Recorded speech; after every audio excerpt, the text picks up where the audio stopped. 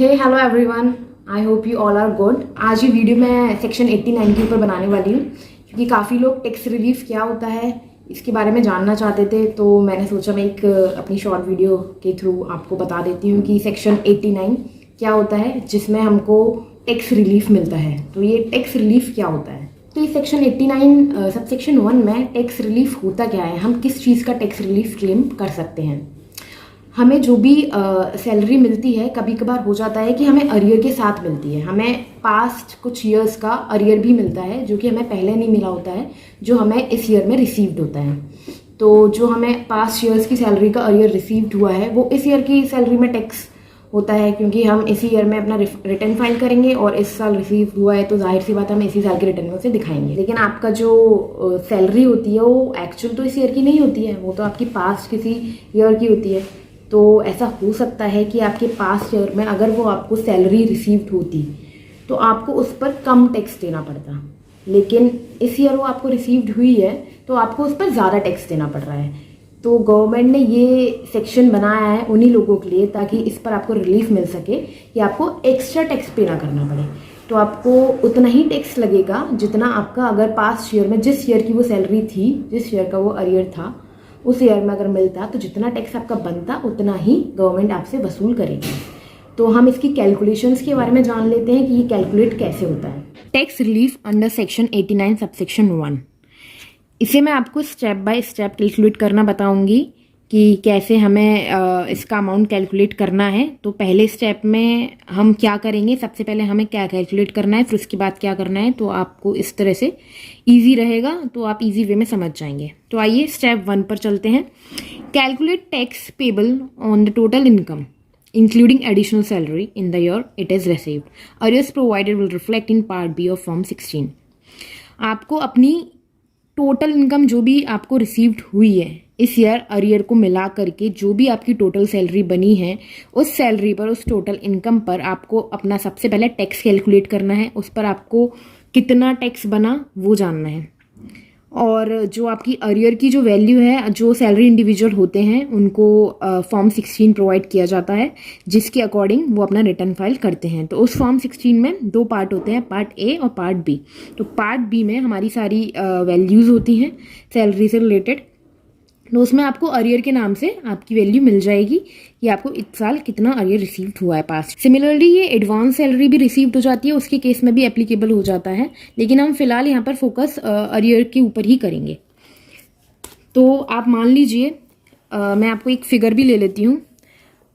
मान लीजिए आपकी जो टोटल सैलरी थी वो 7,50,000 थी, जो इस साल रिसीव हुई है 7,50,000 हुई है। उस पर जो टैक्स बनेगा टोटल हमारा, लगभग मार लेते हैं, टोटल जो बनेगा वो 54,600 कुछ इस प्रकार बनेगा। ठीक है, तो हमें सबसे पहले ये स्टेप कैलकुलेट करना है कि हमारी टोटल इनकम अरियर को मिलाकर के जो रिसीव्ड हुई है उस पर टोटल टैक्स हमारा कितना बनता है।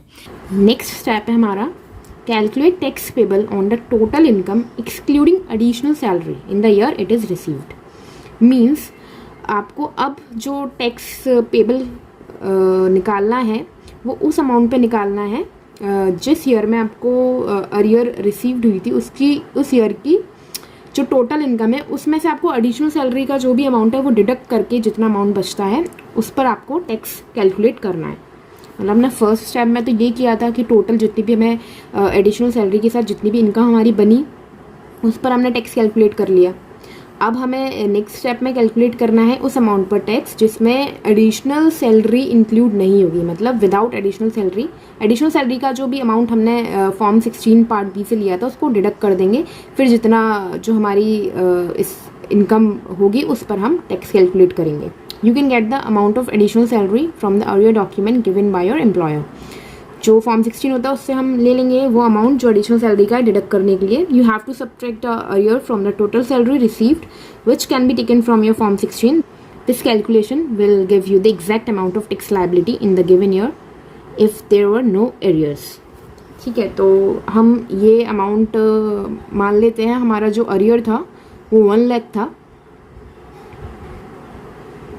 जो हमने फॉर्म 16 पार्ट बी में से निकाला वो हमारा 1 लाख था। एंड जो हमारी सैलरी थी 7,50,000 थी, तो इसमें से अगर हम 1 लाख डिडक्ट कर देंगे तो हमारी जो सैलरी बचेगी वो 6,50,000 हो जाएगी अब। ओके, तो इस अमाउंट पर जो भी टैक्स बनेगा, इस अमाउंट पे जो जिसमें अरियर का अमाउंट नहीं है, इसमें इंक्लूड था, इसमें नहीं है, तो इस पर जो टैक्स बनेगा वो बनेगा 33,800। तो इस स्टेप में हमने ये वाला टैक्स का अमाउंट कैलकुलेट कर लिया, इस वाले स्टेप में हमने ये कैलकुलेट कर लिया।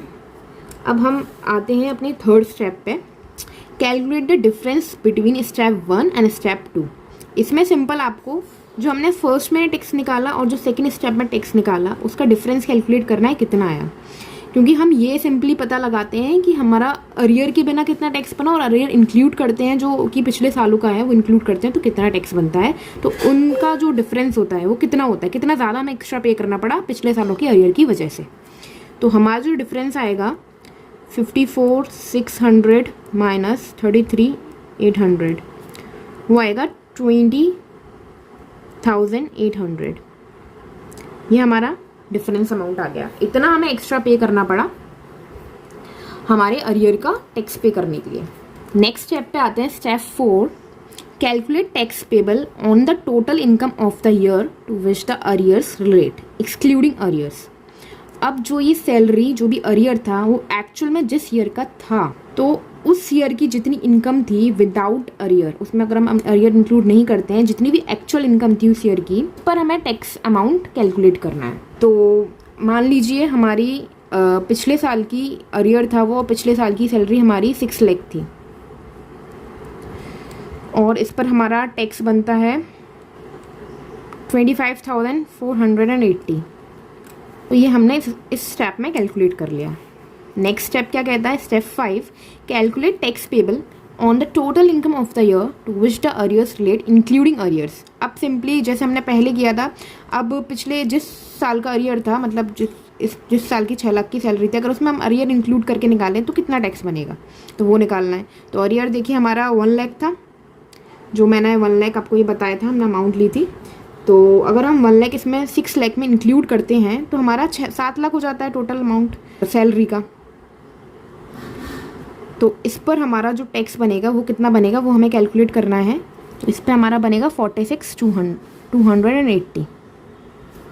अब नेक्स्ट स्टेप में calculate the difference between step 4 and step 5। Simple जो हमने इन दोनों में टैक्स निकाला उसका हमें डिफरेंस लिखना है। हमारा डिफरेंस लगभग आ जाएगा, उतना ही आएगा जो हमने करेंट ईयर के लिए डिफरेंस निकाला था। उसका रीज़न मैं आपको बताऊंगी, 2800।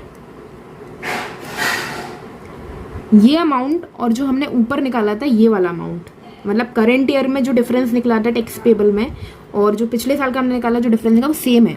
ये क्यों है? अगर ये दोनों अमाउंट सेम है तो आपका कोई भी टैक्स रिलीफ नहीं बनेगा।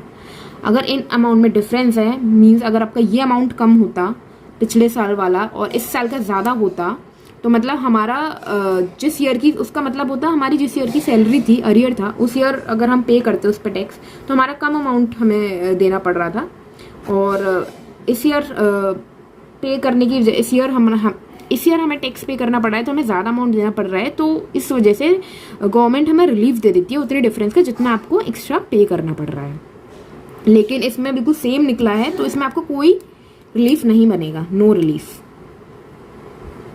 क्यों? क्योंकि आपका जो टैक्स ब्रैकेट है वो आपका सेम है दोनों में, क्योंकि आपका जो टैक्स ब्रैकेट है वो 20% वाला आ रहा है। जो आपकी 5 लाख से ऊपर वाली इनकम के लिए 20% वाला ब्रैकेट शुरू हो जाता है, 10 लाख से ऊपर के लिए 30 वाला शुरू हो जाता है। तो दोनों में टैक्स ब्रैकेट सेम है, क्योंकि दोनों की इनकम जो हमने ली है, इसमें लिए हमारी 7,50,000 विदाउट एरिया, 6,50,000 लिए, तो 6.5 लाख, और इसमें हमने 6 लाख लिए, तो दोनों की 5 लाख से ऊपर है तो टैक्स ब्रैकेट सेम है, इस वजह से कोई रिलीफ नहीं बना। अगर मैं आपको दूसरा फिगर लेकर बता देती हूँ जिसमें आपको टैक्स रिलीफ मिलेगा। मैं आपको एग्जांपल इसलिए दे रही हूँ ताकि आप बिल्कुल ही क्लियर हो जाएं, अपना माइंड में सेट हो जाए आपका कि क्या है ये रिलीफ। तो हम यहाँ पे ये फिगर तो सेम रहेगी, जो करेंट ईयर की अरियर भी हम सेम रखेंगे, हम प्रीवियस ईयर की फिगर्स में चेंज कर देते हैं ताकि हमारा जो टैक्स है वो लो टैक्स ब्रैकेट में आ जाए। तो यहाँ हम कर देते हैं 5 लाख, 6 लाख की जो है 5 लाख कर देते हैं, ले लेते हैं। अगर हमारी 5 लाख की इनकम होती पिछले साल की, तो हमारा जो टैक्स बनता, तो हमारा टैक्स लो ब्रैकेट में आ जाता, 5% वाले में आ जाता, तो 10,920 टैक्स बनता। तो इतना हमने टैक्स पे किया होगा पिछले साल। एंड देन हम स्टेप 5 में कैलकुलेट करेंगे कि अरियर मिला करके हमारा टैक्स कितना बनेगा। तो 5 लाख हमारी इनकम थी, जिसमें हमें अरियर 1 लाख का जोड़ना है, तो हमारी 6 लाख की इनकम हो गई। तो इस पर हमें टैक्स यही आएगा सेम 25,480। ये करना चाहिए था, हमने ये पे किया। तो इन दोनों का जब हम डिफरेंस निकालेंगे, अब हमारे डिफरेंस में चेंज आ जाएगा, सेम नहीं आएगा, क्योंकि हमने यहाँ पे लोअर टैक्स ब्रैकेट यूज़ कर लिया है लोअर इनकम की वजह से। तो हमारा डिफरेंस जो आ रहा है 14,560। Okay, this will calculate the actual tax liability in any past year pertaining to which arrear have been received in the current year had the full arrear received in the same past years। Same वही कह रहा है जो मैंने आपको बताया। Step 7 में हम रिलीफ निकालते हैं, जो मैंने आपको पहले ही बता दिया है, लेकिन मैं आपको रीड कर देती हूँ। Excess of the amount at step 3 over step 6। मतलब स्टेप 3 ये वाला जो हमने स्टेप 3 कैलकुलेट किया था 20,180 करेंट ईयर का टैक्स अमाउंट, एंड स्टेप 6 ये जो पिछले साल का जो डिफरेंस हमने निकाला था, अगर हम पिछले साल ही पे करते तो हमें एक्स्ट्रा कितना पे करना पड़ता, वो ये। इन दोनों का जो डिफरेंस होगा रिलीफ होगा। सिंपल ये स्टेप 7 ये कहता है, if the amount in step 6 is more than the amount in step 3 no relief shall be allowed. वही मैंने आपको बताया था, जो 20,800 सेम आया था अमाउंट, तो हमें कोई भी रिलीफ नहीं मिला था। तो no relief shall be allowed, वो इस चीज़ के लिए मैंने आपको कैलकुलेट करके बताया था। तो हमारा जो मैं आपको बता दूँ, अब जो रिलीफ निकलेगा, अब हमारा अमाउंट सेम नहीं है पहले की तरह, तो अब हमारा रिलीफ बन जाएगा। रिलीफ कितना निकलेगा हमारा, जो हमारा इस सर हम पे कर रहे हैं अरियर का अमाउंट, तो हमें 20,800 का टैक्स पे करना पड़ रहा है। और अगर हम पिछली साल ही कर देते तो हमारा एक्स्ट्रा जो 1 लाख पे टैक्स बनता है, वो सिर्फ इतना एक्स्ट्रा पे करना पड़ता है उस पर। तो इसका जो रिलीफ बना हमारा 6240, यानी कि 6,240, इतना हमें एक्स्ट्रा पे करना पड़ रहा है इस साल अरियर रिसीव्ड होने की वजह से। जबकि अगर हमें पहले ही वो सैलरी मिल जाती जिस साल की थी, तो हमें सिर्फ इतना पे करना पड़ता, लेकिन इस साल मिलने की वजह से हमें टैक्स ब्रैकेट ज़्यादा में हम आ गए, ज़्यादा टैक्स लग रहा है, तो इस वजह से एक्स्ट्रा इतना पे करना पड़ रहा है, जो कि हमें नहीं करना चाहिए था। इस वजह से हमें ये रिलीफ मिल जाएगा, इतना पार्ट हमारा जो टैक्स है उसमें से डिडक्ट हो जाएगा। तो ये है पूरा रिलीफ का कैलकुलेशन। अगर आपको कोई भी डाउट हो तो आप कमेंट करके पूछ सकते हैं। तो ये था हमारा टैक्स रिलीफ ऑन अरियर का कैलकुलेशन। आई होप आप लोगों को समझ में आया होगा, और आपको अगर कोई भी किसी भी तरह का डाउट है तो आप मुझसे कमेंट सेक्शन में कमेंट करके पूछ सकते हैं। ये टैक्स रिलीफ आपको क्लेम करने के लिए आपको याद रखना होगा कि आपको सबसे पहले फॉर्म 10E जो इनकम टैक्स की साइट पर आपको मिलता है, अवेलेबल होता है, उसको फाइल करना मैंडेटरी है। आपको ये 89 सबसेक्शन 1 का टैक्स रिलीफ अवेल करने के लिए, बेनिफिट लेने के लिए सबसे पहले फॉर्म 10E आपको भरना होगा। ये आपको अपनी जो income tax e filing portal है उस पर लॉगिन आप अपने अकाउंट से करेंगे तो आपको वहाँ पे फॉर्म मिल जाएगा। तो आपको ये फिल करना है। अगर आप ये फिल नहीं करते हैं और बिना फॉर्म 10E फिल करके आप अगर अपना टैक्स रिलीफ क्लेम करते हैं तो आपको इनकम टैक्स की साइट से नोटिस आ जाएगा और आपको फिर वो रिलीफ नहीं मिलेगा। तो आपको फॉर्म 10E ज़रूर भरना है, इसका आपको ध्यान रखना है। आई होप आप लोगों को मेरी वीडियो पसंद आई होगी। Thank you so much.